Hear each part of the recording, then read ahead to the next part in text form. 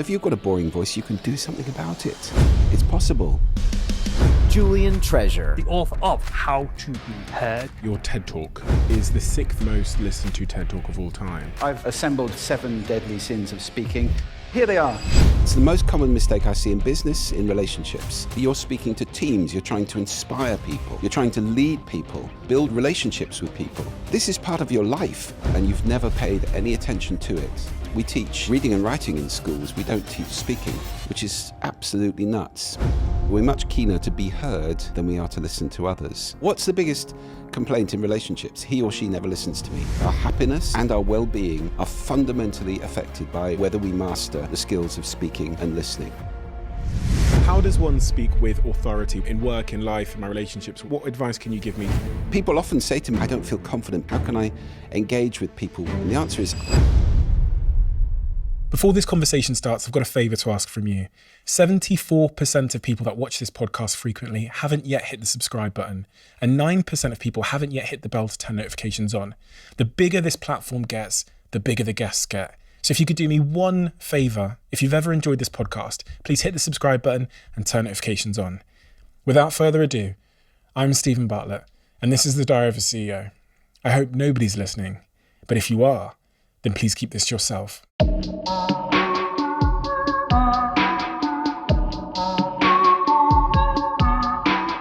Julian, you've had a pretty marvellous, unique career, and it's twisted and turned and twisted and turned in a really fascinating way.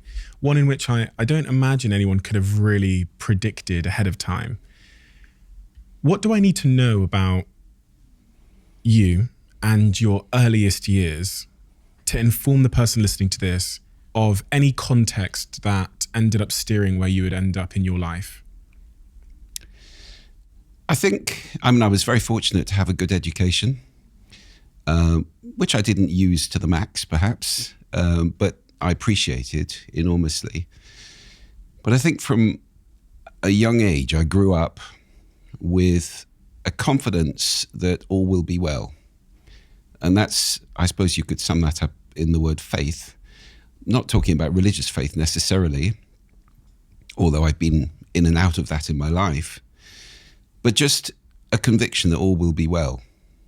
And I think that's an important thing for entrepreneurs who tend to be the people who'll take the jump and say, I think I'll get to the other side. Whereas a lot of people will be standing there going, you know what, you do that. So when things have come along, I've been comfortable to go with the flow, to say, well, let's see where this goes. I'm sure it'll be interesting. I read that your TED Talk on speaking and being heard, I think that's the one, is the 6th or 7th most listened to TED Talk of all time, which is staggering because there are thousands and thousands of TED Talks. I've done one, nobody listened. And so when I saw that, I thought, how much did that moment change your life, if at all? And can you just tell me about the decision to do that talk that day and how it came about? Well, it was the 5th, actually, of 5 talks I did in a row, 5 separate TEDs. TED Global was in the UK, in Oxford originally. And the first one I did was about how sound affects us, the 4 effects of sound, it's called. Looking back at that, that's a very younger, slimmer me on stage. It's quite funny looking at it now. Nobody had ever used sound before in a TED Talk like that, so they were quite excited about it. And then I got to do, the next one was about sound and health, and then one about listening, which is, as you know, kind of a religion for me. And then one about sound and the environment, the way architects design for the eyes, not the ears. So I had those 4 TED Talks to kind of practice, I suppose, and become a master, I suppose, of doing a TED Talk. I mean, it's a discipline. You have 12 minutes or maybe even, I think my first one was 6. You can't gabble. You can't try and cram too much in. You have to be very clear about the big idea, the why would people be interested in this? The what's the journey I'm taking people on? Where am I moving them from to? And you need to know how to do it, how to stand on that stage, on that red dot, and project it with confidence and clarity and engage people in coming on that journey with you. So I suppose by the time I did that fifth one, I was more expert in giving TED Talks than most people would ever have a chance to be, because I'd done 4 before, and that's unusual. So I certainly, when I walked on stage, I felt quite good on that talk, and yeah, I think I nailed it. You know, I'd rehearsed a lot, and you know, we can talk about the principles of public speaking and so forth, which I've done a lot of work on. But I did a good job, and the audience really responded. There was a great feeling in the room. So when I walked off, I felt that I'd absolutely, done that one justice. They didn't release it for a year, and I thought, oh, maybe they didn't like it, But I do remember Bruno Giussani, who's one of the guys who kind of runs TED in Edinburgh Castle, bumped into me about 3 hours after I gave that talk, and he said, "Hail." And I thought, okay, well, Bruno wasn't there, so obviously word is getting around that there's some good stuff in there. And HAIL's the acronym that you delivered in that talk about how to be a great public speaker. Honesty, authenticity, integrity, and love. Correct. When that TED Talk came out, how did your life change? Because I know how the algorithms work. It takes some time for things to sort of pick up momentum, but once they get going and the algorithm says the watch time on this episode is very, very good, so we're going to just keep showing it to more and more people. So it might have taken some time, but how did things change for you at that point? And also your orientation personally and professionally? Yeah, it took off quite quickly once it came out.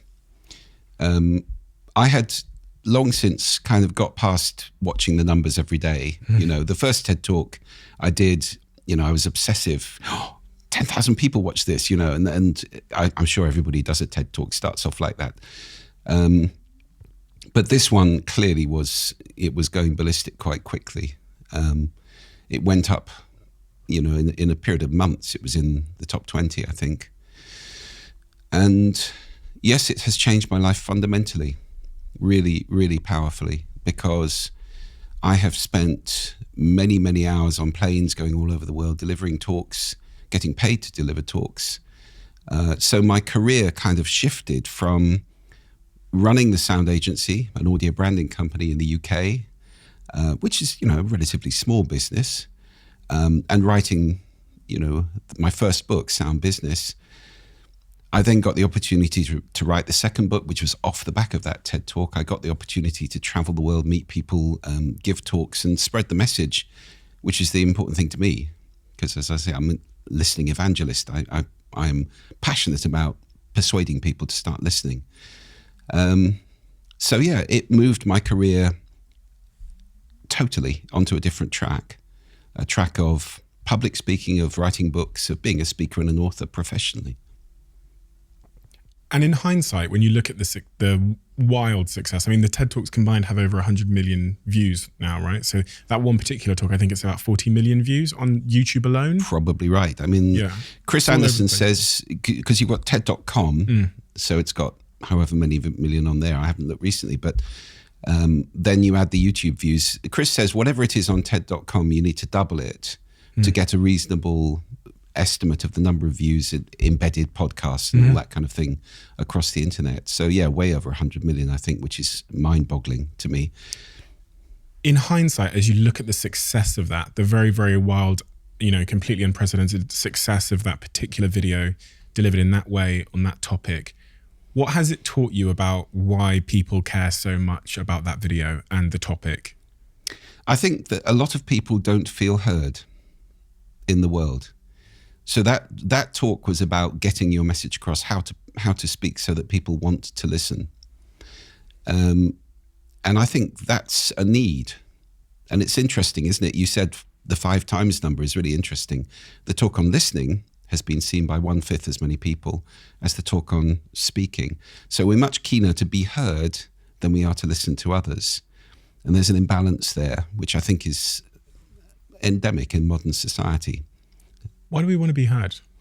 To make a difference, to forge relationships, to be validated, to mean something to somebody, to feel right, unfortunately, which is a big human need that I talk about quite a lot. Being right is quite a dangerous thing in the world at the moment. And a lot of people need to feel justified in that way, to be right.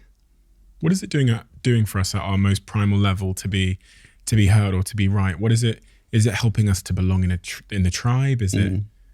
Yeah, tribe, family, human race, and a reason for existing, I suppose. What am I doing here? And if people are listening to me, it gives me significance. That's certainly true. So I think it is about validating one's self. I mean, I'm a big fan of Eckhart Tolle and his theories about ego, and I think a lot of it would chime with that. The ego needs to be massaged. The ego needs to have affirmation, and being listened to, making a difference to people, is part of that. But on a more altruistic level, making a difference in the world. Your life has affected millions of people. My talks have hopefully, cast a pebble into a pond, and the ripples are going out, and lots more people, I hope, are listening as a result. Well, that's good. Whether it makes me feel good is another thing, but it is actually a good thing in the world. We were talking before we started chatting about there's an irony to you coming here today and speaking because you've got a bit of a chest cold. Yeah, well, yes, a head cold, which is in my chest. So my voice is pitched down, I'd say 2 tones at the moment, and is a bit croaky. It's frustrating as well as a speaker, because I love this instrument that we have. The human voice is an incredible instrument, and it's an instrument we all play, although most of us have never had any training or spent any time learning how to use it really well. Well, I have, and it's frustrating. I'm now dealing with a slightly broken instrument. It's funny because when my team send me potential guests that want to come on the podcast, or we've reached out to them to come on this podcast, there's a couple of criteria I look for, and one of the most important, one of the non-negotiables, where we've had the most interesting, smartest people in the world, is their ability to speak. And when I say speak, I don't mean how well they can, how funny they are or things like that. I literally mean if they're monotone, we can't have the conversation.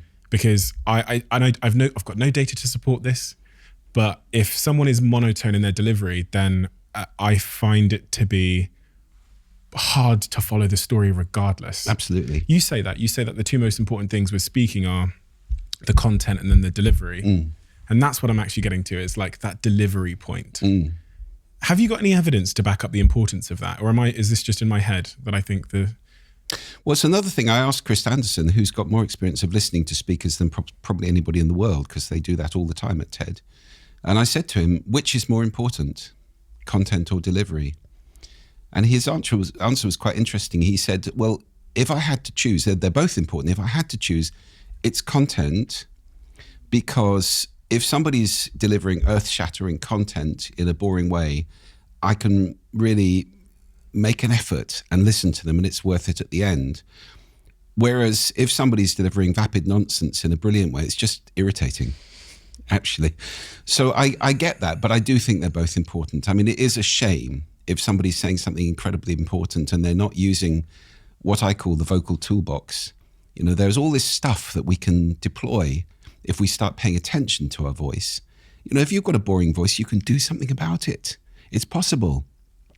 Get a vocal coach, work on it, take up a breathing practice, improve your posture, just practice prosody, the intonation, really exaggerating it. I'm a great fan of doing this. It's the kind of thing that actors do, singers do.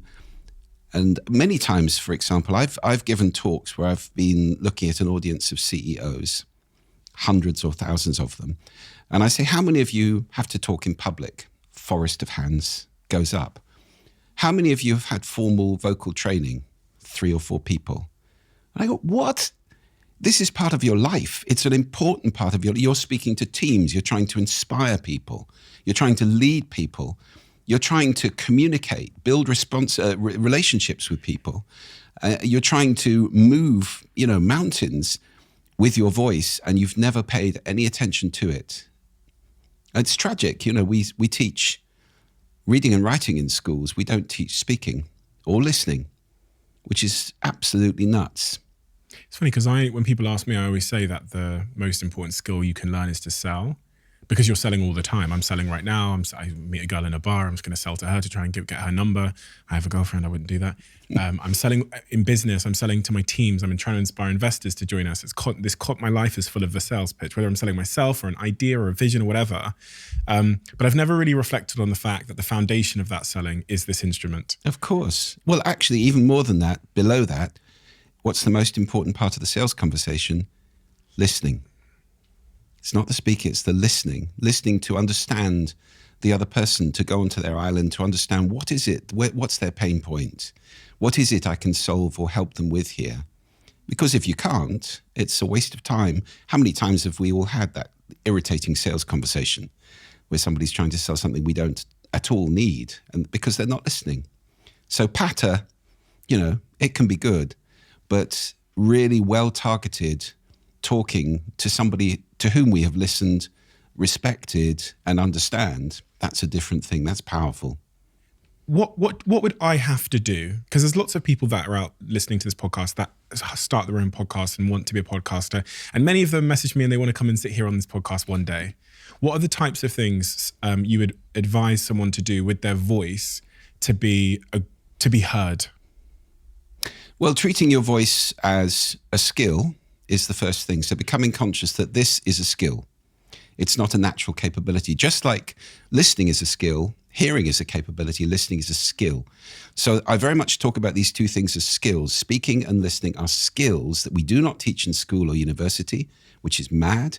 So we have to take it upon ourselves because they matter, They affect our outcomes in life. They affect, I always say, our happiness, our effectiveness, and our well-being are fundamentally affected by whether we master the skills of speaking and listening. So in terms of speaking, understanding there's a vocal toolbox is the first thing. So things like breathing. Your voice is just breath. That's all it is. Breath moving across your vocal cords. And in order to speak well, it's very good to develop a breathing practice. Maybe you do yoga, maybe something else. Jane, my wonderful fiancée, has taught me a breathing practice which is very, very simple. Anybody can do it. And it's called resonant breathing, which is breathing in through your nose and then out through your mouth, like as if you're blowing. So you can hear it. And you practice that and you count and lengthen the in-breath and lengthen the out-breath. And also we want to be breathing from our diaphragm, from our stomach, because, if you watch a baby breathing, it's their stomach that goes up and down, not the chest. So just developing that. I wonder, people listening to this podcast, when's the last time you took a really deep breath? We tend to breathe, just to a fraction of our lungs, like a little bird. But with your voice, it's very important to breathe deeply and to get into that practice. Also a great cure for nerves. If you come on stage and you're a little bit like this, hello everybody, then a big deep breath will settle the voice right down. So it's a really powerful thing to do. That breathing practice, what is it doing then in terms of improving my performance? I've got the nerves part, but in terms of my vocal cords or... It gets you into it. Well, what is it? Aristotle said excellence is, we are what we do repeatedly. So excellence is not an act, it's habit. So it gets you into the habit of breathing better and deeper. And, when you're speaking in public, there's nothing wrong with taking a deep breath and filling your lungs. Actors do it all the time. A singer can sing for the most enormously long note. What's the world record for static apnea? 28 minutes, something like that, lying at the bottom of a swimming pool on one breath. And that's static apnea. Then you've got the free divers. There are things we can do with our lungs which are beyond imagining, virtually. And yet most of us just breathe little tiny, tiny breaths. So it's good for you as well to exercise your lungs, to inflate them. I had, unfortunately, a few years ago, a pulmonary embolism, which is quite scary. It can kill you. And that's blood clots going to the lung. They have to go through the heart to get to the lung so that, that's where you can die. And so my lungs are not as efficient as they were before that. And it's made me even more conscious of the importance of deep breathing, of expanding the lung capacity. It's part of being healthy, apart from anything else, to have great lung capacity. Is that what exercise does? Yeah. Kind of inadvertently? Partly. Yeah. Absolutely. Releases all sorts of the happy chemicals into your system as well, exercise. But breathing is very, very good for you, generally. And we don't do enough of it. So I've done my breathing exercises. I'm heading on to the Diary of a CEO podcast. What else would I have to do to be heard by the listener? What are the sort of tips or skills? Well, I think variety, just in general, is a very important aspect of speaking. So you talked about people who are monotonic, and that literally means one tone. So if I speak like this through the whole podcast, it would be extremely boring for people. There's not a lot of intonation going on there. I don't get any emotional resonance speaking like that. It's just boring. So intonation, the up and down of speaking, is really important. It's also crucial to be sensitive to cultural differences in that. For example, in Scandinavia, they have much restricted prosody or intonation compared to, say, the Latin countries, where, people are like, it's very up and down like this the whole time. I'm croaking here. I remember doing a talk in Finland in the amazing concert center in Helsinki, which was designed by a brilliant architect called Toyota, and is acoustically unbelievable. And at the end of my talk, there was a little tiny ripple of applause. And I thought, I bombed. They didn't like it. If they'd been in America, it'd be whooping and hollering and whatever going on. And I went down for a coffee and people came up to me and said, thank you, that was the best talk we have had for some years. That's Finns for you. They're very taciturn, quiet people. They don't get very excited much. So, unless they've had a vodka, perhaps. But you have to be adjusting to the prosody of the audience you're speaking to. What's prosody? Prosody is both intonation, so the up and down delivery, which is route one for emotion. It's absolutely crucial in speaking. And it's also the rhythm of your speaking, the gaps you leave, and the emphasis you put on words. So it's understanding it's not just reading a script flat, it's putting your personality into what you're saying. And that makes all the difference in the world.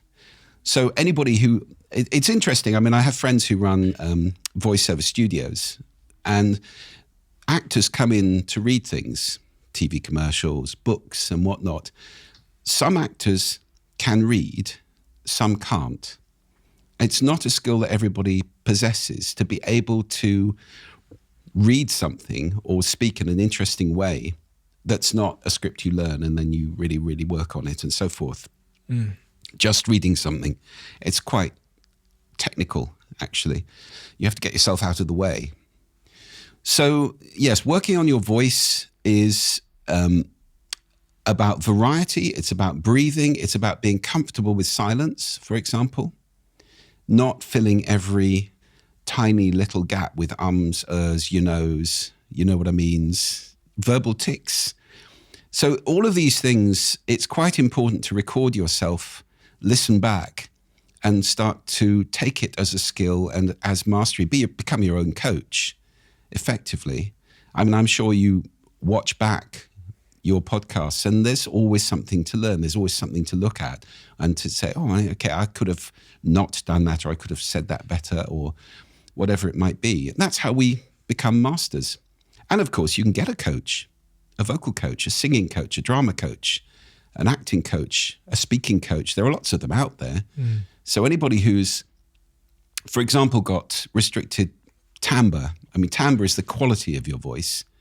And we tend to like voices that we would describe in the way we would describe a hot chocolate.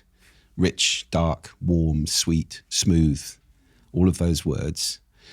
If that's not you listening to this, I mean, you have a great voice, but if somebody's got a thin, squeaky voice or scratchy voice or whatever it may be, get a vocal coach. It can be worked on. These are things that normally we're in a habit.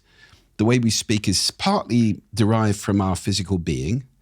I mean, we have a body, there are resonant cavities, we have vocal cords, but it's also how we use it. And that's much more important. Anybody can learn to maximize their voice and to make the most of it. So that's about the instrument itself and then how you play it, what emotion you put into it, whether you're conscious. You know the thing I love most about public speaking? It's making me more conscious in that moment than anywhere else. Standing on a stage, I've talked to audiences of 11,000 people. There's a big spotlight, there's cameras on you, you're standing on a stage, 11,000 people are looking at you. If you're not conscious in that moment, you've got a problem. So every gesture, every moment of that is maximum consciousness of being me and communicating with those people. So it's kind of like switching the light on to maximum intensity. And I really love that. That experience has colored the way I treat life in general now, because it's my biggest passion is to become more and more conscious, to grow a little every day, to become more conscious every day. And speaking helps with that. I've never really talked about it before, but we've deleted a few episodes of this podcast. So don't worry, this is a perfect episode, so this is not going anywhere. But what will happen is we've had a guest come, and they might be, honestly, there's some cases where they are the biggest in the world in their industry. And I can think of one particular example where if I said the name of the guest that the episode we had deleted, people would be shocked, because I believe they are one of the biggest stars in the world. They have like 50, 60 million followers online. And then there's another individual I'll think about who, if I said the name now, everyone knows this person. They're a legend in many respects. But we deleted that episode as well. And content is a factor, but the other factor that really, really does result in that decision is I think it will be really difficult to listen to. And I feel like I have this sense of responsibility on a Monday and a Thursday when we publish, that even if they don't know the name, our audience will listen. And we see that in the numbers. If we publish a no-namer or a superstar, we get the same amount of clicks in the opening 24 hours roughly, because people are going, I don't care. I trust this team to put people out there. So I just wanted to really state that, because I know there's a lot of people that want to come on this podcast. There's a lot of like big CEOs that contact us. And one of the most important things in my decision criteria is literally how engaging they are at speaking. And from that, I mean the instrument, the delivery. So I just don't think it's funny when you were talking, I was thinking about individuals that I've said no to, and they don't, maybe I should give them feedback, but maybe that's not my place. It's literally about delivery so often. So let's continue then on the thread of delivery. You're talking about standing there speaking in front of 11,000 people on a stage. One of the things that I'm sure would stop most of us from even endeavoring to do such a thing is a lack of confidence. You've got almost 100,000 students online, something crazy like that are all coming to do your courses and to learn from you. Confidence must be one of the first conversations you have, right? To get someone to be a great speaker. Yeah, it's important. Although it's interesting to note that a lot of the people who've given some of the best TED Talks, like me, are actually introverts. I'm not an extrovert. It's not that natural for me to do these things. And it's also true of people like Susan Cain. Introvert, you can stand on a stage and you can overcome the fear, which is part of growing as a human being, I think, doing things which are challenging and pushing through the barriers and doing it anyway. So yes, confidence is important. I mean, we could have a long conversation about confidence, because I was educated in a top public school. And I think one of the things that top public schools in the UK do is to give you an overbearing arrogance and to make you absolutely convinced that you know everything about everything. And more than that, the ability to sound convincing and to persuade people that that is in fact the case. And it's taken me decades to get over that, actually, to discover humility and to discover the importance of being, authentic about what I actually can do. So yes, I think public speaking, like anything else, it's like riding a bike. If you do it enough, you become confident. The first time you or I drove a car, our hands were welded to the wheel, and we were shaking with terror. Now you drive a car and you think about everything but driving, so it's just falling off a log. I've done enough speaking now that I do not get frightened anymore. Nervous, yes. Nervous is good.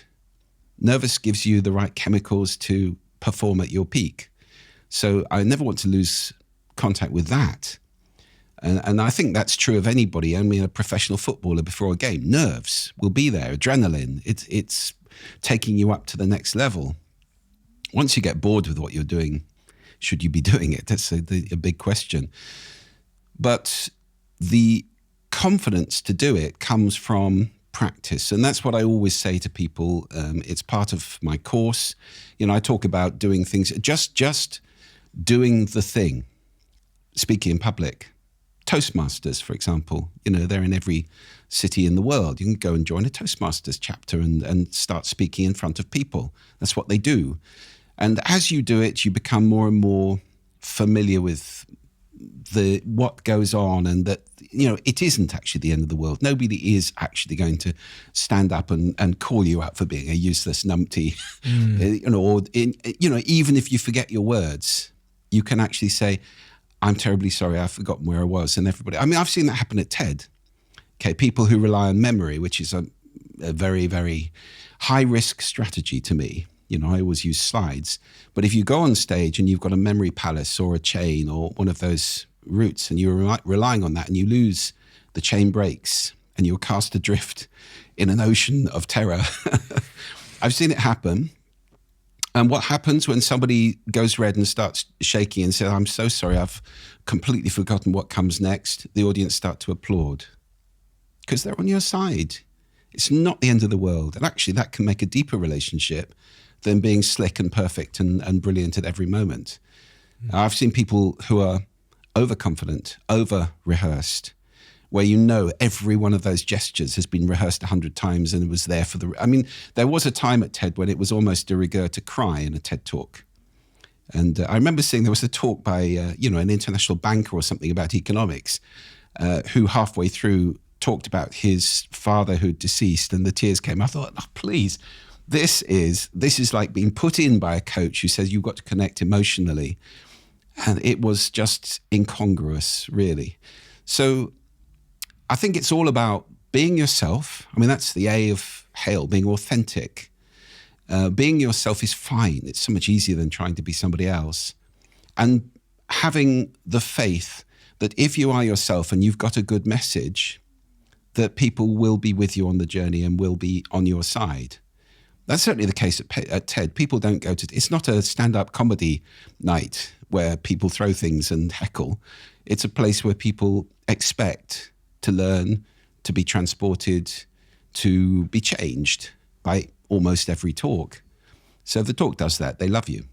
On the A point in HAIL, I've come to learn that I think humans are much better at spotting authenticity than we give them credit for. Big time. I think, so from our own perspective, we think we can blag it, and we underestimate how much the viewer or the person I'm trying to blag it to understands I'm not being authentic. Like, we think we're much better actors than we actually are. And it's funny, one of the things that's put this front of mind for me at the moment is about 3 weeks ago, there was a CEO that went viral on LinkedIn because he had fired multiple members of his team. And then he had taken a photo of himself crying and uploaded it with like a really sorry caption. Like, I'm so sorry. Today I had a really tough day. I had to fire members of my team. And as you look at that, it just feels wrong. It's almost hard to explain it, but I think your mind goes, well, he would have had to cry. A very unnatural thing to do mid-crying is to pick up your phone and take a selfie and then to go to social media. So on that point of authenticity, is your suspicion the same, that people are much better at spotting someone being inauthentic than we believe, than we understand? I think so. We live in a world where social media and viral opinion spreading make it quite hard to be truly inauthentic. There's a lot of companies, a lot of individuals who do what's now called virtue signaling. And people can spot that. We can catch the whiff of manipulative, inauthentic stances that are trying to put us across in the most acceptable way, whatever the current, meal is, whatever the current style is to be utterly acceptable and socially right. So to me, this is part of the human need to be right and to be seen to be right, which is a huge problem in the world right now. I think. I mean, we're seeing silos all over the world. The internet has made this way, way, way worse. Where, you go online and you say, there you are, I know I was right, 10,000 people agree with me. Yeah, but there's a million who don't. But you don't go and ask them. You just go and find the people you agree with in order to validate your point of view. And that is why we get these extreme, conspiracy theory silos of people who have nutty views and are persuading each other that they're right because they only talk to each other. They don't go and check, kick the tires of the thing and check, is there an alternative hypothesis here that would be perhaps worth entertaining? So I think that's a bit dangerous at the moment. And it's all about this need to be right. And of course, what's the easiest way for me to be right? Is to make you wrong. If you're wrong, I am righter. And that is a slippery slope. That's a slippery slope of depersonalization, of dehumanization, of bias and hatred. And, at the bottom of that slope is the ISIS answer to the world: disagree with me, I'll kill you. So that's a dangerous slope. And the media have been contributing to that slope. All this outrage addiction that we see in the world. That's outrageous. Somebody's to blame. Somebody should be punished. And that's all of me saying, yes, somebody should be punished. I'm right. They're wrong. So it's this kind of ego fire that we have building inside of us, the desire to be the rightest person. And to cancel everyone else, that's... Absolutely. Cancel, and make people wrong, left, right, and centre, be judgmental. That's one of the 7 deadly sins I talked about in that TED Talk, is judgmentalism, is pointing the finger at people. The kind of parent whose son or daughter comes home and says, I got 95% in the test, and says, what happened to the other 5? It's difficult to be around people who are that finger pointy. The other thing with that A point in HAIL, authenticity, that I've come to learn actually from doing this podcast is there's a real cost mentally to being inauthentic for a long period of time. And I see it time and time and time again when I sit here with people who were forced to be in the media, or who were first chose to play a role or a character in the public eye, and then their identity became, their true authentic self became imprisoned by this public identity that they felt they had to keep up, and then the midlife crisis comes. It's usually like 35, 45, where they have some kind of burnout, blowout. They find themselves, in the case of one of my guests last week, just coming home and crying every day and having no idea why they're crying, because they'd spent a decade being inauthentic in every interaction, because they felt they had to sometimes to survive because of some early trauma. And we don't talk about that enough. I've learned it from doing this podcast myself, as in the most liberating thing for me ever is to sit here in my socks in my house saying whatever I want for 3 hours, and knowing that, quite honestly, if I'd tweeted it, I'd get dragged. It'd get quote retweeted, people taken out of context, and goes into different echo chambers, and they all try and find a way to get likes off what I've said. Whereas I can sit here and say fucking anything about pretty much anything in my most authentic self. It's like a weight I get to lift every day. And it's been so good for my mind. But do you know what the biggest challenge is about being authentic? What's that? Was knowing who you actually are. Yeah, good point. So what are your values, Stephen? It's a good question. Because when people ask this, I'm so scared of saying what I think people want to hear. How do I know what my values are? You write them down, you think about it. What I would write down, I'm worried that what I would write down are things that have been so deeply conditioned to be my values by society. Well, okay, yeah, that's worth challenging, isn't it? So this is a great exercise. I mean, I strongly recommend everybody does this, because not many people do. We just live our life in this kind of bumping into things, making it up as we go along way. If you have values, that's your moral compass. If you have values, that's you tending to define who you are, and then you can be authentic. What is a value? This sounds like a crazy thing for me to say, but I want to be really clear. Like, what is a value? It's something that you believe in that is what they call in business a North Star for your life. It's something that you will sacrifice to achieve. So I'll tell you mine. Okay. I've got 4 values, which I made into an acronym because I have a terrible memory, so I like acronyms. The acronym is FLAG. So they are faith, and that is all will be well.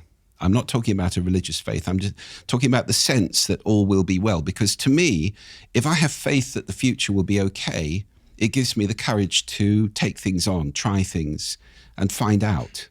It may be a disaster, But if I get to the disaster, I've had a nicer journey. Than if I am always, it's going to be a disaster, it's going to be a disaster. There you are, I told you. Well, I've had a miserable journey and I've ended up a disaster. So I prefer to go the way of, it'll be okay. Oh, shit, it's not. Yeah. But even then it'll be okay. Yeah. You'll find a way. Yeah. So faith. The L is love, by which I mean thinking well of people. And there's a great practice that a very wise old friend of mine gave me many, many years ago, which is amazing. Instead of walking around, we're in London right now. I live in a much more remote place. So you walking around London, you're always walking through people. And we have this, if we're not careful, we have this nasty voice in our head. Get out of my way, you fat idiot. And, you're ugly and you're stupid. And, this kind of nasty side of us, which is doing a little monologue and being really judgmental and critical about people. Instead of that, it's cultivating a habit of saying in the head, not out loud, bless you. Not religiously, again, just bless you. I wish you well. And if you get into that habit of walking around going, bless you, person who just got in my way, it is amazing the difference it makes to your lightness of being. It's like floating 3 inches above the ground.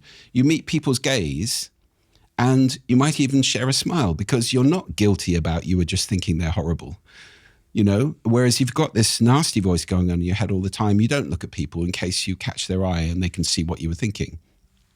So love in that way, wishing people well. And of course, love for family and love for life as well. Just being positive, The A is acceptance, which is a really important thing to me. I tend to try and go with the flow. If an opportunity comes along, I'll try that. There's a reason that's come along. So I'm not getting into, The Secret or any of those things, but I do tend to believe that things come to me for a reason. Whether it's God or the universe or whatever one wants to say, I'm happy to go with the flow and to accept. Also, when things don't work, I don't bang my head against a brick wall forever trying to make them work. Okay, that's not working. We'll try something else. So acceptance and also of people as they are. That's really, really important. We spend a lot of time disparaging people. Why are you like this? Why are you doing this? Well, that's the kind of tree that person is. And you don't get angry at trees for being that kind of tree. So that is the kind of person that is in front of you. Accept. Someone once said something to you on the podcast which plays into that. They said if you had walked in their shoes and had their experiences, you'd be doing the exact same. Oh, totally. Well, let's come on to validation in a minute. And then the G of flag. Can I guess? Yes. Is it gratitude? Yes, totally is. I don't like that kitsch phrase, an attitude of gratitude, but it is really important to me.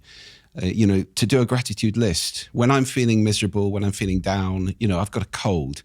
Yes, but let's now look at all the good things that I've got in my life. I have a loving partner. I have 2 gorgeous little children. I live in amazing Orkney, which is a joy every day. There are so many things to be grateful for.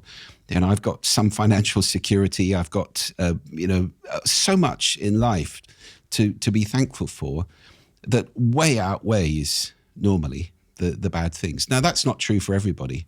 If I were living in Kherson at the moment, for example, or somewhere like that, there would be a lot more to be ungrateful for, to be frightened about, and so forth. So I'm not saying that in a kind of bland way, but even in the worst places, it's important to focus our attention on the good things. Because a lot of this is about where you focus, isn't it? All the time. Reality is huge. It's all around us. We don't perceive reality. We have a map in our head, and it's up to us to select what it is that we pay attention to. So that's, it's very much the same as listening, which is selecting certain things to pay attention to and then making them mean something. Well, it's the same with gratitude. There's always something, or usually there's something you can focus on and say, okay, there's a thing I can be grateful for. So that's it. Yeah. Faith, love, acceptance, gratitude. So those are mine. And I know that's my moral compass, and that's what I try to be in life. And I do recommend to anybody listening to this, if you've never written your values down, think about it. Not the ones that you think will be accepted by more people out there. The ones that actually ring true in your heart.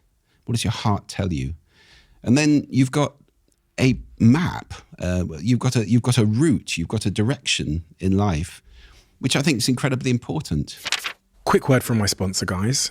These days, as I'm sure a lot of you know, flexibility matters more than ever before because the tectonic plates on which we've built our businesses are changing overnight, especially for SME business owners, which is why I've partnered with Vodafone Business, who have created a new flexible business solution for small to medium-sized businesses called Vodafone Pulse Connect. This package includes all of your key comms tools like mobile, broadband, cloud calling, and collaboration. And the brilliant thing about it is you can change your package as your priorities shift, adding and removing users and even tailoring services to each employee. So you only pay for what you need. And that is so important when you're trying to run an efficient business. You can build your personalized package online with a digital configurator. So you get one simple package with one bill, saving you time and saving you money. So to find out more, search Vodafone Pulse Connect. Terms and conditions apply. It's picking up on that point about if you were in their shoes, if you'd lived their life, you'd be doing the validation. Yeah. What is this validation? What do you mean? Well, it's part of active listening. So, if we talk about listening, I talk about listening positions, and one of those is active listening. So it's a place to listen from. And in active listening, to me, there are 3 stages. So stage 1 is reflection, where I repeat exactly what you said, without colouring it, without making it make sense in the way that I understand. But I say something along the lines of, okay, what I just heard you say is, which can be a bit formulaic, or, so you said this, or so are you saying this? So I'm checking that I actually got what you said. I heard you. It's amazing how we don't very often do that. So stage 1 is reflection, which is used in the therapeutic professions a great deal. I hear you say this. Stage 2... Is this stages of being a great listener? It's a very important form of listening. It's not appropriate all the time to be an active listening because it's kind of a sledgehammer to crack a nut in social conversations, for example. If we were sitting in a pub or a coffee house and I'm going, what I heard you say, Stephen, is this.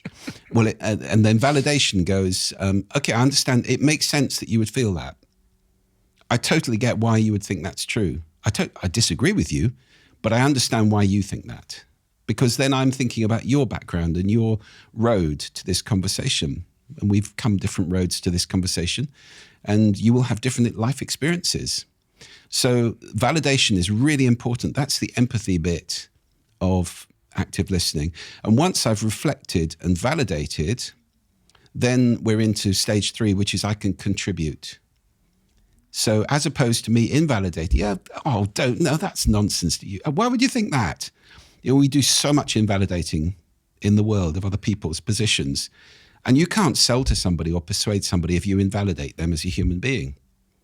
It's really important to validate, to show that you understand where that person's coming from, even if you completely disagree. Then we can start to put things together and make sense and move forward. I'm thinking of every romantic conflict I've ever had, but also you took me back to many client meetings where the client brings forth a concern or a problem. And in that moment, even if you disagree, you have to show you've accepted their concern and then use that acceptance, that place of empathy, to move them to another place of thinking. But also, obviously the most obvious scenario people will think of is with their partners when they're trying to do conflict resolution or So what's the biggest complaint in relationships? He or she never listens to me. And that's not just about hearing the words. It's about validating the other person or invalidating the other person. And if we do that as a habit, it can be very damaging. There's a thing actually called stress-induced audio dysfunction, SIAD, which can afflict people when there's a noise that they are exposed to a great deal and they don't like, and they psychologically start to wipe it out. So, for example, my father, in the later years of his life, was deaf at the frequency of my mother's voice. And that's not uncommon in relationships where one partner is in a habit of hectoring or nagging at the other partner, and they simply cease to be able to hear it because it's a noise they don't enjoy. Just like, it can happen to people with industrial noise or irritating noises. So it is really important not to be invalidating somebody as a habit. And we can easily fall into that habit. And it's so powerful in relationship to be validating people. One of the 7 deadly sins I talk about in that TED Talk is negativity. And that's a very strong habit that people can fall into. So you can audit that. How often do I say the word no or not or can't? Anything negative like that. Because if that's a habit that you fall into, it tends to lead to invalidating other people a great deal. I can't do that. I don't see why you'd think that. You can't be serious. And that's not a very nice way to behave with people. Even if you don't agree, even if they are being stupid, I can see why you think that. Now, would you like an alternative perspective? Can I give you a different way of looking at it that might be useful to you? So you've said, what you're doing is not worthless, it's not stupid, but maybe there's another way. And that's respectful. I think everyone has the experience of invalidating someone and them then repeating themselves. And then you invalidate them again and then they repeat themselves. Yeah, and that's called argumentation. Yeah. Well, I know it well because I think in my previous relationships, it's funny because I think I was the problem. I was definitely the one that was unwilling to allow them to feel heard. It's the joy of listening, actually. Listening is at the heart of all good relationships to me. And if you listen to somebody, what was it? Scott Peck said, you cannot truly listen to another human being and do anything else at the same time. And I absolutely agree with that because it's so rare in this world now. We're so distracted.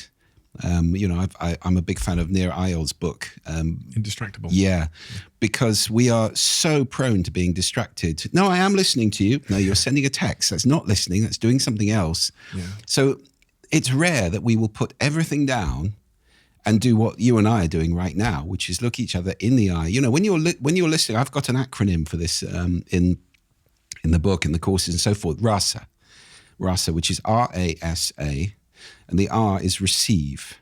And that means look at the person who's speaking. The dance of the eyes in the West tends to be that the person who's speaking looks around, as I am now, thinking about other things and checks back in from time to time to see if the other person's still listening.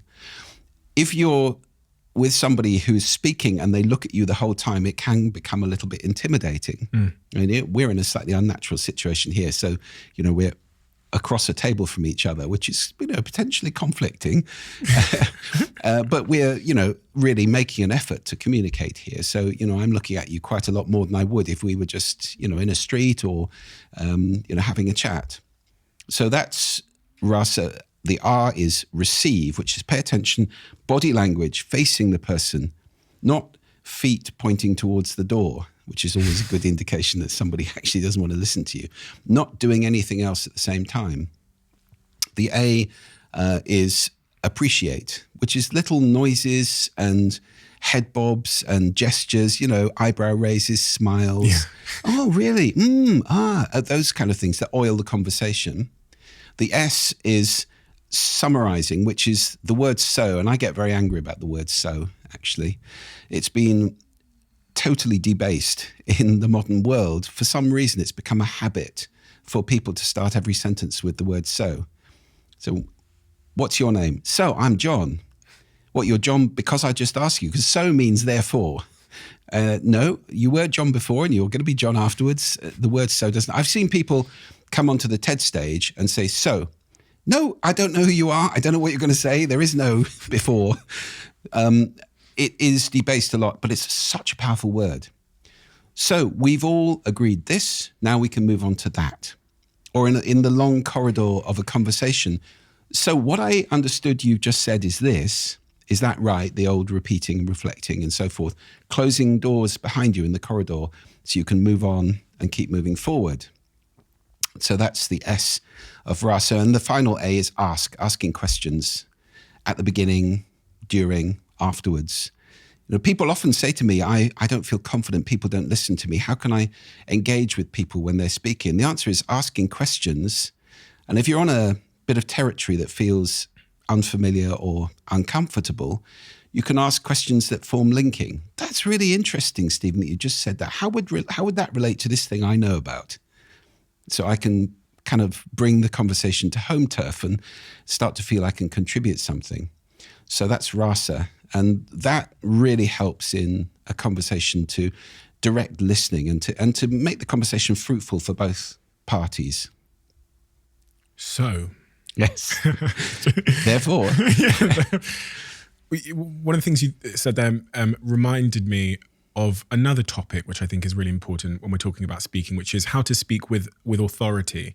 I think about all the people that are in boardrooms, and that might be a little bit junior in an organization, and that's struggling to be heard because they don't lack the authority that a title will give them. How does one speak with authority? What advice can you give me to be a more authoritative speaker in work, in life, in my relationships, wherever? Well, let's deal with the situation first where you're talking, you want to speak to somebody who is a powerful figure, or you consider them to be powerful. I'm a great believer in agreements, contracts, in an informal way. Stephen, do you have 5 minutes? I've got something I really want you to listen to. Well, that puts you in a position you can either say yes or no. If you say no, that's fine. I won't say it now. When would be a good time? I mean, I'll tell you a great experience I once had on a beach in India. This is one of the best salespeople I've ever met. It was about a 7-year-old boy. And he came up, I was sitting on the beach, and he came up and said, "You want Coke?" And I said, trying to be British, "Not right now, thank you very much." "Okay, when you want Coke?" Well, 4 o'clock. At 4 o'clock, he was back. "Here, your Coke." I love that. It was brilliant. So it taught me a lot about being authentic, because I wasn't being, was I? No, I don't want to buy a Coke from you. And also about persistence and, asking the right questions and so forth. So in the same way, if I ask you, do you have 5 minutes, and you don't, I can park it and come back another time, because it wouldn't be the right time. If you haven't got 5 minutes, that's fine. I can respect your time. But from your point of view, yes, okay, I've got 5 minutes, and you have just made a commitment to listen to me. So I have a right, if I'm talking to you and you're off doing something else, answering email or something, "Stephen, you said you had 5 minutes. I do understand if you're busy. When would be a better time?" So there's a kind of obligation there for you to listen to me. So that's one thing. I think that's a strategy that works very well. If you're in a meeting and you don't feel you're the most powerful person, then again, asking the meeting for permission is a good thing. Guys, I have something that I think really will contribute here. Would it be a good time now to say it to you all? It doesn't always work, but I think if you're asking and people give you a commitment, then you have a contract and you have a channel of communication that's been opened explicitly. One of the things you talked about there is that kid on the beach with the Coca-Cola offering you a can of Coke, and how that kind of violates your inhale, the authenticity piece. It also violates the H, honesty. So my question is there a time when one should not be honest? Well, I think that the honesty needs to be tempered with love. So the answer is it's a filter. Which is the L inhale as well. Yeah, so. absolutely. Okay. I think that being dedicated to ruthless, permanent, always-on honesty is a pretty dangerous strategy in life, because you'd be going around saying to people, "You look terrible today. I really don't like you. What you just said was stupid." It's not necessary to say those things to people. Depends on what you want to achieve. I don't think it's dishonest to withhold judgment. And a lot of the things I just said are opinions. And it's very important to distinguish between opinions and facts. They're not the same thing. And they're very often confused in the modern world. So opinions, that's what I think, what I believe, what I judge. Facts, it's Saturday. That's a fact. We're not going to disagree about that. We can disagree about my opinions. And, I often say I wish that we lived in a society where perhaps people asked before giving opinion, "Would you like my opinion on that?" No? "Oh, I had such a good opinion all ready to go, and you don't want it." But we don't do that, do we? We just proffer opinions, and a lot of the time we confuse them with facts, which leads to a lot of table thumping. I grew up in a family where there was that confusion. There was a lot of argumentation and table thumping because people had different opinions and didn't accept that they could possibly be challenged. You're talking about your parents? You're talking about your mother? No, my father actually. My father was a massively confident and very successful man in advertising. He was known as Mr. Advertising for some years in the 1960s. Hugely confident and hugely expressed in that way, but didn't brook disagreement very easily. So disagreeing with him was quite difficult. And that was certainly my experience growing up, that you had to be ready with chapter and verse and references if you were going to challenge a point of view. How did that shape you? Because I think a lot about how my parents, my mum sounded a little bit like what you described earlier, where shouted so much at my dad that I couldn't understand how he stopped reacting to the sound of the shouting. At a young age, I remember wanting them to divorce because I didn't like shouting for 6 hours. My dad would not really shout back, but that definitely has shaped how I communicate now. But how did it shape you, that environment? Well, very similar. I mean, I think, my first response to conflict is exit. Yeah. So it's the same strategy, really. I think probably a lot of quieter people who've had the experience of conflict growing up are pretty conflict averse. And I think it's quite important to toughen up on that to a degree because conflict exists all over the place. I'm not talking about physical conflict, which of course we want to avoid at all times, but disagreement or somebody being cross with us or somebody being upset, well, sometimes those are necessary in life. And responding to those in inappropriate ways can actually really damage relationships. I mean, I talk about the 4 leeches which undermine communication. And the 4th of those is fixing. Fixing is, it's not okay for somebody to be upset around me. Don't be upset. Don't cry. Don't express emotion. So it's a kind of smothering of everything that goes on around. I'll tell you a story about that. My aunt told me when her little sister was due to be born, my grandparents, there was great excitement. They decorated the nursery. The room was made all ready. Came the day, off her parents went to the hospital, and she was beside herself with excitement, aged about 6. They returned, no baby.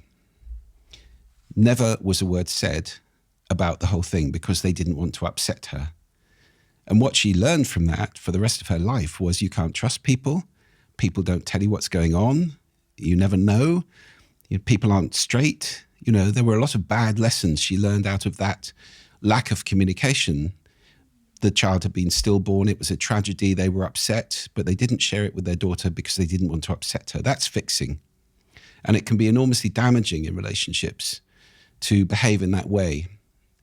Obviously, one wants to be sensitive. You sit the child down, you explain in little ways, perhaps starting off with, the baby's not coming, and then moving on to explain what happened as the child gets older. Jane and I had to survive having a baby who could not survive, and it was deeply traumatic for us. And I'm very glad to say that with Holly, we involved her every step of the way. Holly was, 6 at the time? 5? I can't remember. But we brought her in, when little Lily was stillborn. We brought her in. She met Lily. We called Lily a name. We did everything we possibly could. And Holly still talks about Lily. She talks as if she can communicate with her. She counts her as a member of the family. So we didn't fall into that trap of pretending nothing had happened and fixing. Sometimes people need to be upset. Holly was upset. We were upset. And it's authentic to be upset. So I think being that averse to upset is quite a dangerous thing in life. It's funny because when you told that story, I was engrossed. I was engrossed for a number of reasons. That exact point there, when you said that, I was engrossed. And I've spoken a lot about the delivery itself of a point and a story, but not a lot about what it takes to design the content in a way where you can engross somebody. What advice would you give to someone that is potentially, presenting, has a pitch coming up, is going to do a podcast, about how to deliver their thoughts in a way which is engrossing as it relates to the content itself? Because I can hazard a guess as to why I was engrossed, but it's a story. Yes, we love stories. Storytelling is really, really powerful. I mean, what's the number one TED talk of all time? It's a talk by Sir Ken Robinson, sadly missed, dead now, but a wonderful man. And at the heart of that talk is a little story he tells, because the thesis of the talk is that we're educating creativity out of children. That's what his talk is saying. And he tells this story about a little girl who's drawing at the back of the class, and she doesn't normally, and the teacher goes to the back and says, "What are you drawing?" And the little girl says, "I'm drawing a picture of God." And the teacher says, "But nobody knows what God looks like." And the little girl says, "They will in a minute." It's a classic story. It takes 15 seconds to tell it. Makes me laugh every time. That is his whole TED talk in a beautiful, encapsulating, enchanting story. Storytelling is the best way to get any talk across, really. If you can think of a metaphor which matches what you're trying to communicate to people in a captivating story, where perhaps there's, the classic elements of a story. There's a protagonist, there's an antagonist, there are challenges, there's a journey, there's a destination, there's help on the way from unexpected quarters, obstacles to overcome. You can do it in a very short space of time. You can do it as a personal story, as I did in my TED talk about my mum's negativity. That was a true story. That she was in hospital. I took a paper in. I said, "Oh, look, it's October the 1st." And she said, "I know, isn't it dreadful?" And if somebody's that negative, it's very difficult to be around them. And that was a true story that I told. So it's almost like you could have a little storytelling niche in your talk. Can I tell you a story? And everybody goes, "Oh, yes. Oh, come on." So storytelling is a massively powerful way. There are books on this. If anybody wants to speak in a captivating way, become a good storyteller, and it will really, really help. But the other big part of it, I always say, is understanding the listening you're speaking into. Say that again. Understanding the listening that you're speaking into. Okay. Because we all have unique listening. And this is something, it's the most common mistake I see in business, in relationships, is people thinking everybody listens like I do. They don't. Our listening is unique. Your listening is as unique as your irises, your fingerprints, your voice print. And so is mine. And they're different. So it's a huge mistake to assume other people are going to receive this message the way I would receive it. So it's a massively valuable tool if you're speaking to one person or 10,000, doesn't matter, to say, what's the listening I'm speaking into?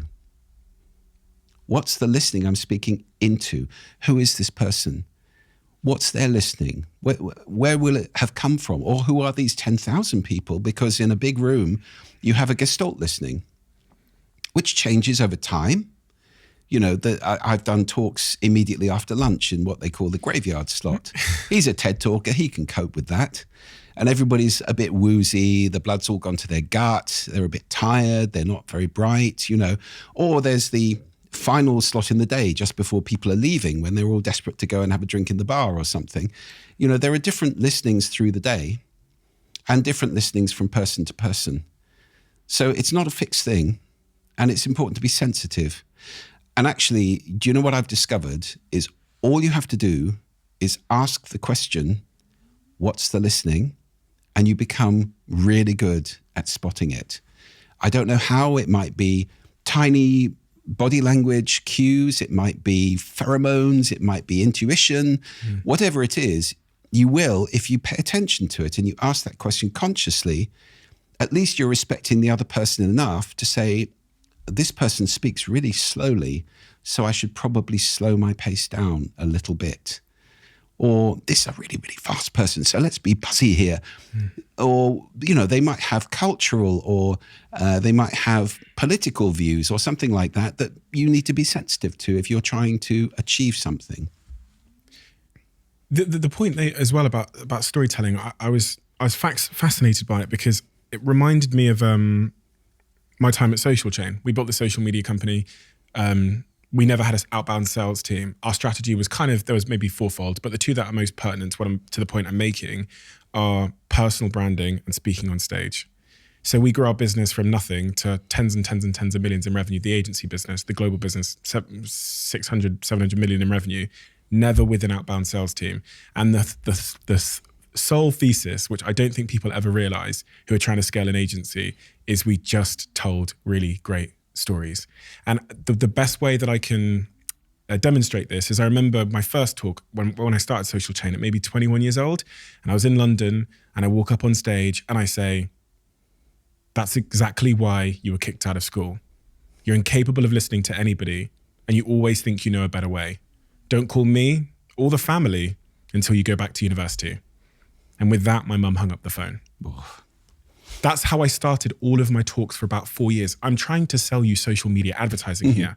And at the end of the presentation, you would find out what happened with mine and mum's relationship. So it'd be this heart and it would say, and me and my mum have never had a better relationship. And I genuinely, of all the things we did as a business, I genuinely believe that I was speaking 50 weeks a year. I was going to every corner of the world, meeting every brand. Our biggest brands like Coca-Cola, they all came from hearing that exact talk about my mum. The conventional and the normal thing to do is to bring information. I'll give you as much information as I can. You see it in every slide deck, every pitch deck. But we all know from a human level, the best part of this conversation is going to be the stories. Yeah, of course.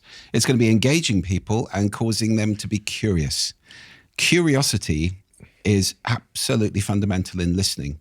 Now, I talk about 4 C's of listening, which are compassion for the other person, for the audience, whatever it might be. Commitment, because it takes time and effort to listen. Listening is work. It's not just a capability. Yes, we have ears, but we actually have to put things down, focus, and so forth. Consciousness that you're actually doing something. Now, this is an action. This is not something that goes on in the background. And curiosity. And if you can engender those things in people, especially the curiosity, which we get with stories, especially if you start a story and you don't finish it. Come on, Stephen, we want to know what happens at the end. Yeah. So you then got the bit in the middle where they're all going, I really want to know what happened at the end. And then you give them the end at the end to satisfy them. That is a brilliant way of engaging people. People could, listening to this, and actually that's funny because I was actually reflecting on, I told you my company in San Francisco has just raised a lot of money and I broke all the rules that I've just said. It's just there's 10 slides of just information. I mean, it worked. But I think it's funny because I actually thought, I don't actually care if it worked. I would have liked to do it my way. Yeah. You know what I mean? Also because you're then kind of conforming to the norms out there, which is that's where everybody does stuff. That's a deck.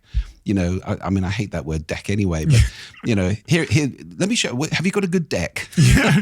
But there's something in the actual design of the deck that says way more about you than the information ever will. Yeah. And it's funny because this is genuinely what was going on in my head as you were talking about storytelling, is I was thinking about how I should have structured, sorry for not listening, but you just inspired me to go off on this tangent in my head. Cool. I was thinking about how much I should have started that deck as a story. And that would have been so much more gripping. Yeah. Versus just like put your logo on the front and then, you waffle into like stats and figures.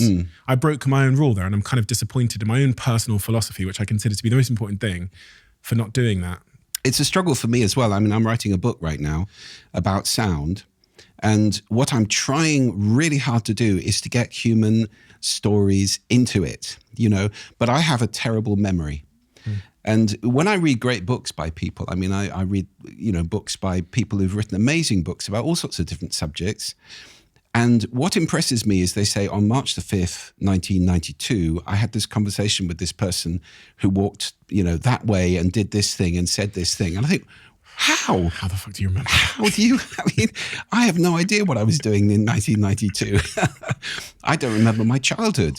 So it is, it's quite a big problem if, like me, you're kind of in a miasma of, it's very good because I'm a great believer in be here now and living in the current moment, living in this instant, which is all the life we ever have, this instant. The future hasn't happened, the past has. There's nothing we can do about either of them much at this instant. So being here now is really important to me. But it's kind of become an excuse almost for me forgetting everything. I do too. Imagine how many, I have the privilege of sitting here with the smartest people in the world who are giving me all these amazing things. So you're massively wise now. Yeah, well, you would think so. But I sit here and I go, oh my God, flag, I'm going to write that down later. And then we get an hour and a half in and I'm just, it's like I've got this short-term memory. Yeah. The thing I fall back on is I go, the best stuff will stay with me because it will hit me in such a deep emotional way that I won't be able to forget. So maybe I'm just absorbing the very best of Well, maybe. And also you do have the privilege of having recorded it all in high quality video and audio, so you can watch it back. I don't always have the time to watch all of them. No. But in the gym, I try and make sure I listen to them. What before we would go life out. be like if we could watch back everything that we've done, all the conversations that we've had and learn from them? Blimey. Pretty scary. Yeah. I'd be a lot better of a human being. Me too. But I tend to see life, it's a spiral staircase. So the important thing to me is to grow a little bit every day. That's the important thing, to learn something, even if it's how not to do something. So, when I meet people that evidently are making a mistake or doing something wrong, it's okay, I learned not to do that. It doesn't work very well. Where have you struggled to grow that you have continually intended to? I would say in my nutrition more than anything else, probably. I am very fortunate to live with Jane, who is a 4-time world champion martial artist, a health and fitness expert. I train with her multiple times a week. So, I'm a 64-year-old man who can easily touch his toes and is, my core strength and my flexibility are amazing for somebody of my age. But I still eat too much. I really enjoy food. And unfortunately, not always the right food. I think that's, again, that's something that comes from our upbringing, from our childhood, where food was very much a part of our family and it was a reward. And it was, my mother was a very, very good cook as well. So there was always too much of it. And it was like a trough with me and my brother sort of having huge helpings. So I became acclimatized from a very young age to having huge helpings of not necessarily very healthy things. It's a tough one, isn't it, to adjust one's upbringing and relationship with food in that way. So kale is good. Really? Okay. I have to kind of really learn some of those things and get away from habits which have been with me for 60 years or more. It's so deeply emotional, though. And that's what we don't really ever appreciate. We think it's just a decision, yes or no, but it's actually such a deeply emotional thing. All of these things are deeply psychological. So I was funny, I was talking to my friends about this the other day and I said, I think because we're all trying to get in shape and we're all working out together, etc. And one of my friends was like, well, I'm going to go on a diet. And I was like, the problem with that is it's not sustainable. What you're doing there is you're depriving yourself. You're actually sacrificing something you want to do. How do you get, I said, I think that the best way for all of us to get healthier is actually to go see a therapist. What you just said, I absolutely resonate with, because Jane's always saying to me that many times with clients, they come in and it's more of a therapy session than a physical workout because they're talking as they're doing things. And it's the talking that helps them more than perhaps the exercise, or at least as much. So, I do get that. And adjusting one's whole psyche to see things that were perceived as treats in childhood as not really treats, and things that were perceived as punishments or, really negatively in childhood. Eat your kale. Yeah. Exercise, go for a run, do something, These things are actually good for us and they're really important to do. It's funny because there is a sound associated to food. Yeah. In the sense of just from a psychology or an emotional perspective, sweets. It always sounds like that. Well, the sweet wrappers crinkle for a reason. Oh, you yeah. know? And so the crisp packets are crunchy for a reason. Because if you had crisp packets in soggy, rubberized containers, you wouldn't think the crisps were going to be fresh or as nice. So the sound of packaging certainly has a big effect on the way we perceive taste. I mean, sound and taste are very associated. I've never heard broccoli said with excitement, but I've had McDonald's and sweets and Coke, but also from a marketing and branding perspective, brands like Coca-Cola spend so much of their time trying to associate, and even the little, well, there was Schweppes for years was which is the shh. of opening a bottle. So sound has been used in advertising for many, many years in a very profitable way. I think the first sound was Wheaties way back in about 1926. And it was a 4-part barbershop quartet who had a little song, say, "Have you tried Wheaties?" And it massively revolutionized the sales of Wheaties. And from that point on, it's been huge in advertising. It was only a few years ago that I got accustomed to the term audio branding. And then I got really obsessed with it because obviously running a podcast, people are listening to our podcast every week. It's in their ears. There's certain sounds they're familiar with. There's even certain sayings at the start of the podcast where I say, I hope nobody's listening. If you are, keep this to yourself, that they've become accustomed to. What is it to have a good audio brand? And how does, because there's multiple CEOs and brand owners that are listening to this that have never considered the fact that they have an audio brand as well. How does one go about doing that? Is it important? Well, the first thing to say is that all businesses, all organizations and all brands are making sound already.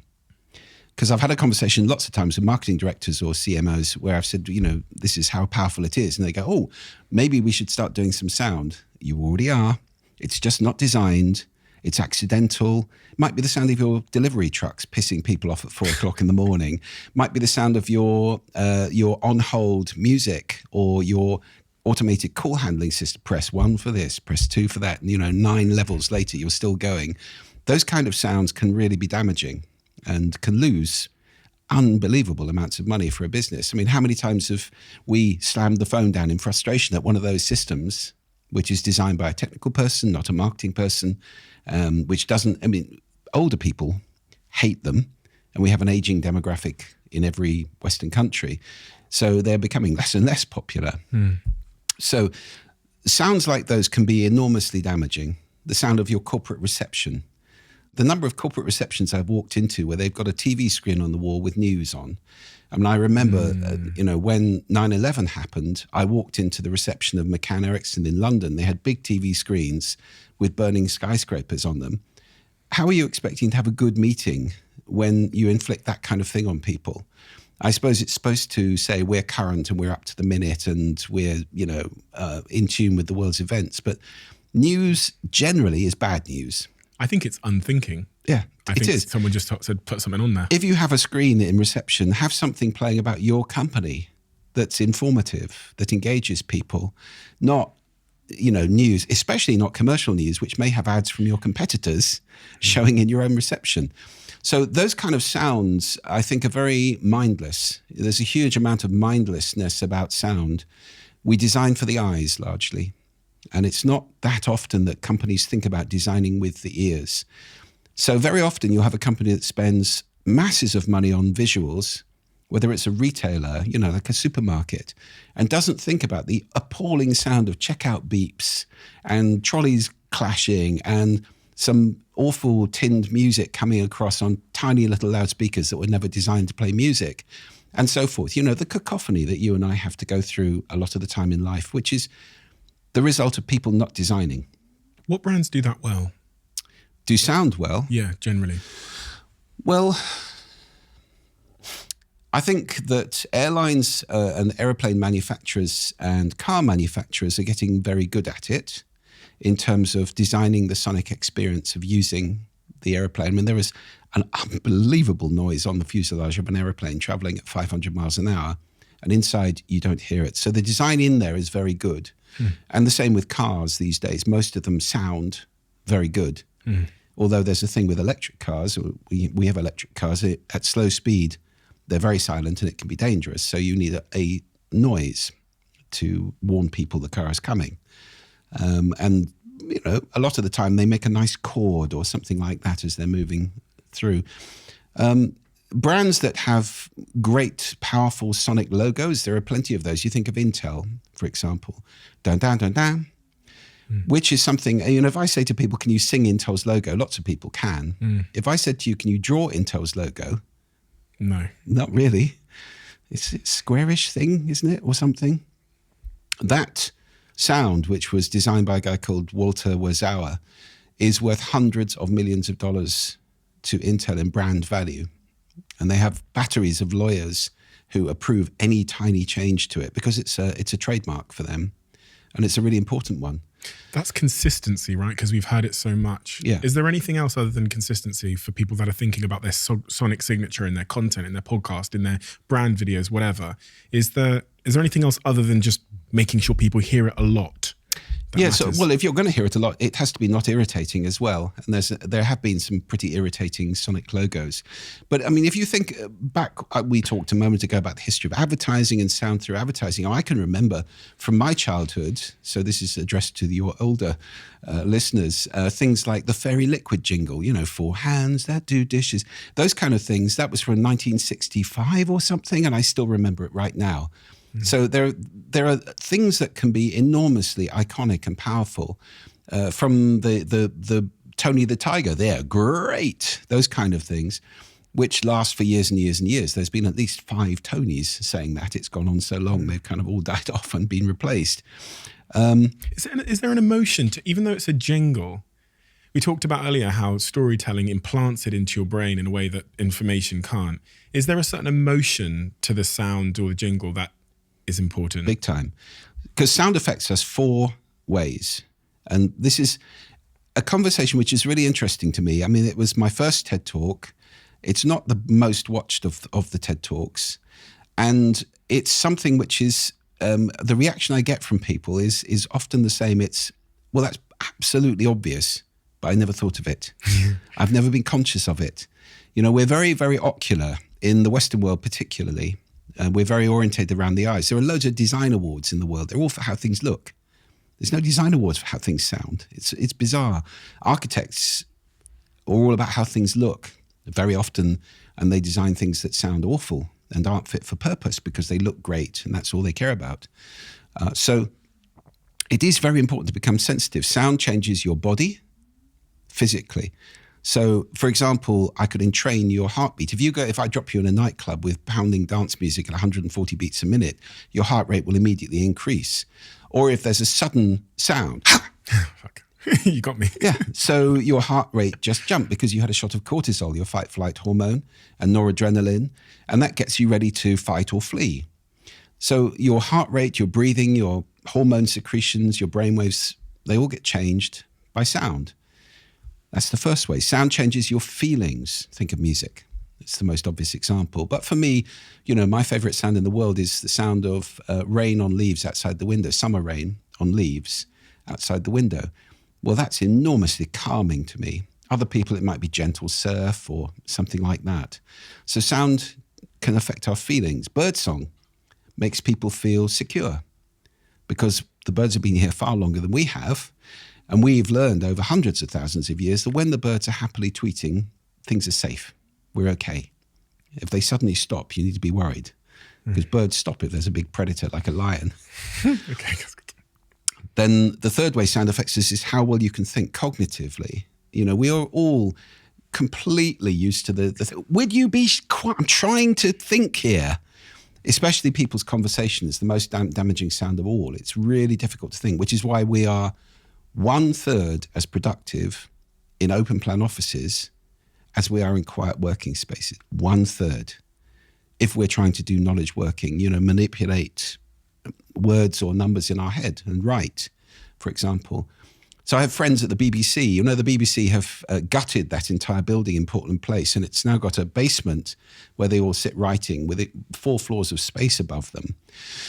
And it drives them nuts. If you're a journalist trying to write a story and you're filing on a deadline and you've got people all around you talking, it is really difficult to concentrate. So that's, in terms of cognition, how well we can think is affected by noise around us or sound around us. And finally, sound changes our behavior. It changes what you do and what I do every day. There's a brilliant study, actually, which was done some years ago by some academics. They had a supermarket with 2 gondola ends, French wine on one, German wine on the other one, visually identical. And all they did was to alternate the music. So day 1, you had a bit of French or accordion music. Day 2, you had a bit of German kind of umpa music. And they kept doing that for an extended period of time. On the French music days, French wine outsold German wine by 5 bottles to 1, which may not be surprising. It does sell more in the world. So, okay, we might expect that. But on the German music days, German wine outsold French wine by 3 bottles to 1. Now, that is a massive shift in behavior. And that's not people coming in going, German music, therefore I shall buy a bottle of German wine. They weren't even aware of the music, most of the people who were surveyed. They hadn't noticed. So this is unconscious response to a sound situation. That's how much sound is changing our behavior all the time. And so part of my message, part of my whole thrust and the difference I want to make in the world is to get people listening consciously so that we start to become aware of the ways in which sound is changing our bodies, our emotions, our thinking, and our behavior. So we can start to take responsibility for the sound we consume, and possibly even more importantly, responsibility for the sound we make with our voice and, also willy-nilly inflicting sound on other people, possibly unkindly, which very often happens also. Everyone listening to this podcast, and I even imagine the title that will work best when we do our A/B tests will be about how to be a great speaker. We've talked about why that is, why we all want to be heard more. It gives us a sense of significance, helps us to feel valued, which makes us part of the tribe and all of these things. But you, as we said at this very start of this conversation, you really are leading a crusade to get people to listen more. Why should that be the title of the podcast? Why is that potentially even more important to the world? And if we all started to listen a bit more, why would the world be such a better place, personally and globally? Because I think with conscious listening, the result is always understanding. And that's what we need. Understanding in the world defrays conflict. It means that people can coexist side by side with people with whom they disagree. And we've seen the way that's not happening in the polarization of politics, for example, in America, where it becomes a hated thing for somebody to disagree with your views. That we're seeing such polarization in so many countries now. And that's all about this thing of being right and not listening to other people, not trying to learn anything, but becoming more and more entrenched in a set of opinions, which, they may be useful to you, but is that true? Is that universally true? Would you brook any kind of antithesis to that, any kind of counter view, any competing solutions to the world? How can you grow if you are stuck in a bunker and you're listening through a tiny little slit of an entrenched listening position that I'm right and everybody else is wrong, certainly on this issue? So to me, a passion for listening is about coexisting with people I don't agree with, I may not like, but they have a right to be here and they have a reason. There's usually a good reason for what people think or what people do, often. And, I'm not saying pity the mass murderer and so forth necessarily. There'll be possibly reasons for that as well. We certainly need to understand them to stop it ever happening again. So listening even to people like that, I think there's things to learn. I mean, how could you ever become like that? And why would you ever behave like that? So if we just dismiss people that we don't approve of or people we don't like, then we don't learn very much at all. So I think listening is, I said this, I did a TEDx talk in Athens, the cradle of democracy, and I went on stage and said, listening is the sound of democracy.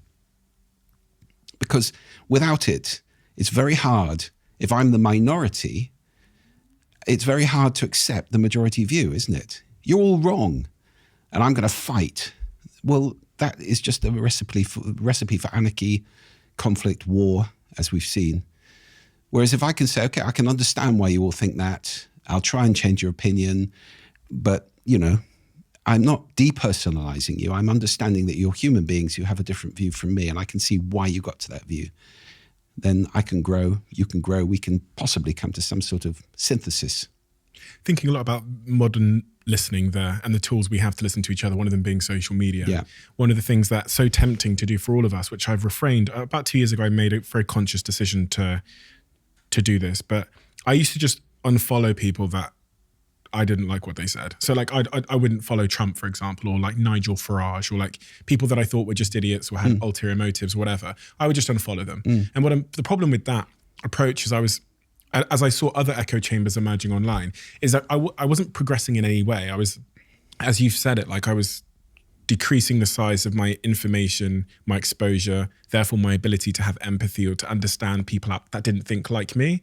So I started following people who made me feel uncomfortable. It's the best way to describe it. Yeah, well, uncomfortable is a call for reassessment, isn't it? Yeah. And that's really important.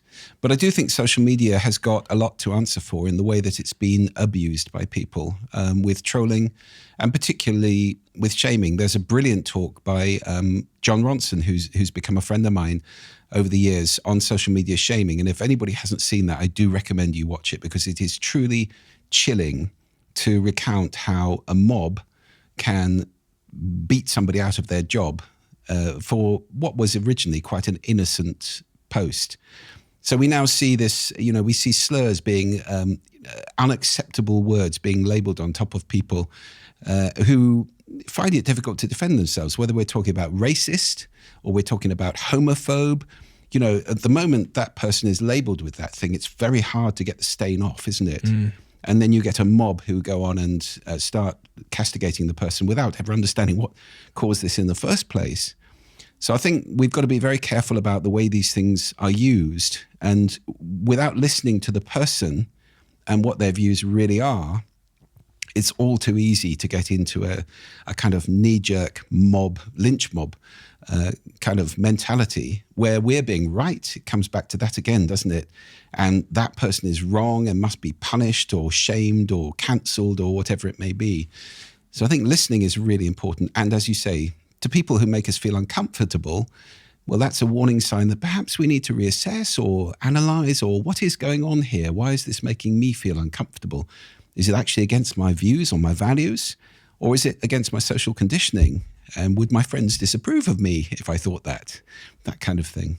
I'd love to live in a world where we all, including myself, were much better at listening and also accepting ideas that made us feel uncomfortable.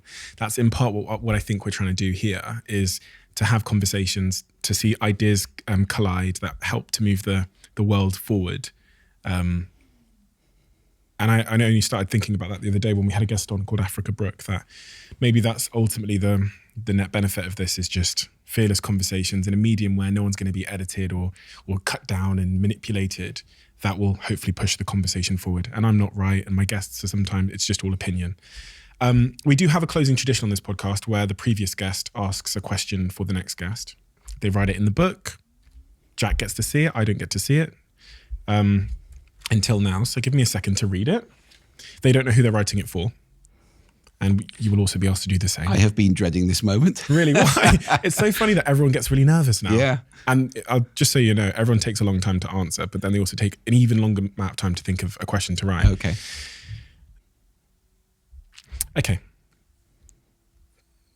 This person wrote, see, they've really given themselves away, but I have played sport for a living. I've presented, I've done acting, and I've sang songs. But I would still love to do one more thing with my life. What's your one more thing?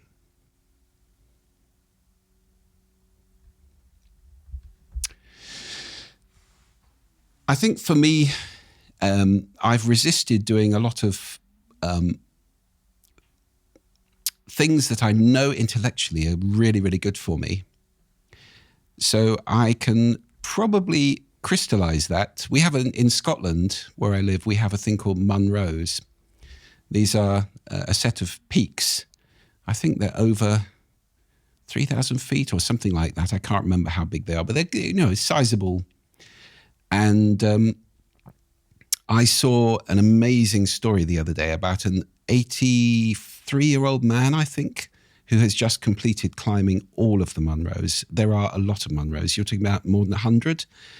And he's just completed that. I mean, these are serious schleps, And at his age, he's just completed. There was a wonderful picture of all his friends with walking sticks forming a kind of corridor for him to walk through on his final complete. I would love to take on doing at least one Munro a year as a walk. Jane and I have just got into serious walking where we live in Orkney. We did an 8-mile walk the other day, and I was virtually crippled the following day. I couldn't move. So I'd love to get to the stage where I get my body used to that kind of thing. It is so beautiful to be out in the fresh air, to be in beautiful scenery, to be exercising my body in that way, to be losing weight, to be becoming fitter. I mean, there is just nothing but good from the whole thing. And taking it on to do it up on Monroe, that would be a serious challenge for me. So 1 a year for the rest of my life would be fantastic. Amazing.